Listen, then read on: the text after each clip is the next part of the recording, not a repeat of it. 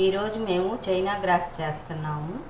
దానికి గాను ఒక అర లీటర్ పాలు, 100 ml వాటర్, ఒక గిద్ద చక్కెర, చైనా గ్రాస్.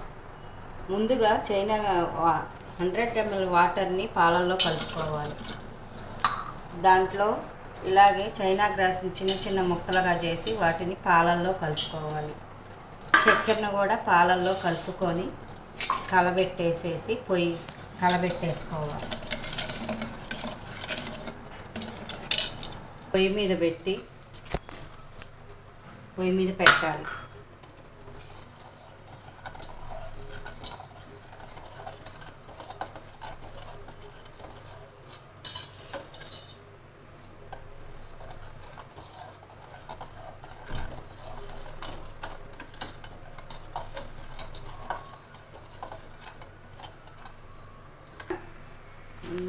పొయ్యి మీద పెట్టాక ఈ చైనా గ్రాస్ మొత్తం కరిగేదాకా కలబెట్టుకుంటుండాలి.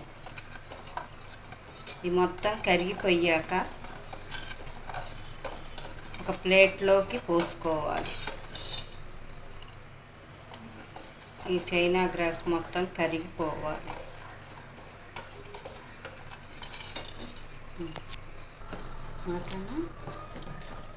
ఇదిగోండి, ఇట్లా కరిగిపోయింది, ఏమీ కనబడట్లేదు. ఇలా కరిగిపోయినప్పుడు మిఠాయి రంగు కలుపుకోవాలి.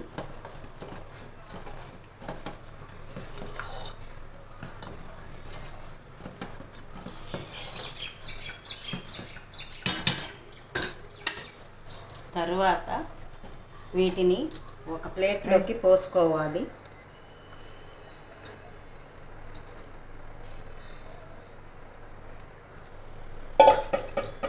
ఆరిపోయినాక ముక్కలు చేసుకోవటమే వీటిని.